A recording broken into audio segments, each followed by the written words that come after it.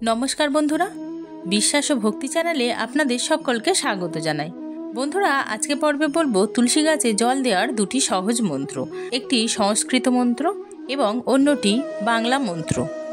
আপনাদের পক্ষে যে মন্ত্রটি উচ্চারণ করতে সহজ মনে হবে সেই মন্ত্রটি উচ্চারণ করে আপনারা তুলসী দেবীকে জল অর্পণ করতে পারেন। বৃন্দা দেবী তুলসী মহারানী হলেন ভগবান শ্রীকৃষ্ণের অত্যন্ত প্রিয়। তাই তুলসী দেবীর নিত্য সেবা পুজো করলে ভগবান অত্যন্ত প্রসন্ন হন এবং বলা হয় ভগবানের কৃপা লাভ করতে গেলে অবশ্যই তুলসী দেবীর নিত্য সেবা পুজো করতে হয়। প্রথমেই বলবো সংস্কৃত মন্ত্র। ওম গোবিন্দ বল্লভং দেবীং ভক্ত চৈতন্যকারিণীম স্নাপয়ামি জগদ্ধাত্রীং কৃষ্ণ ভক্তি প্রদায়িনী। এই মন্ত্রটি মুখস্থ করা সুবিধার্থে এইভাবে সুর করে বলতে পারি, তাতে করে আপনাদের মন্ত্রটি মুখস্থ হয়ে যাবে।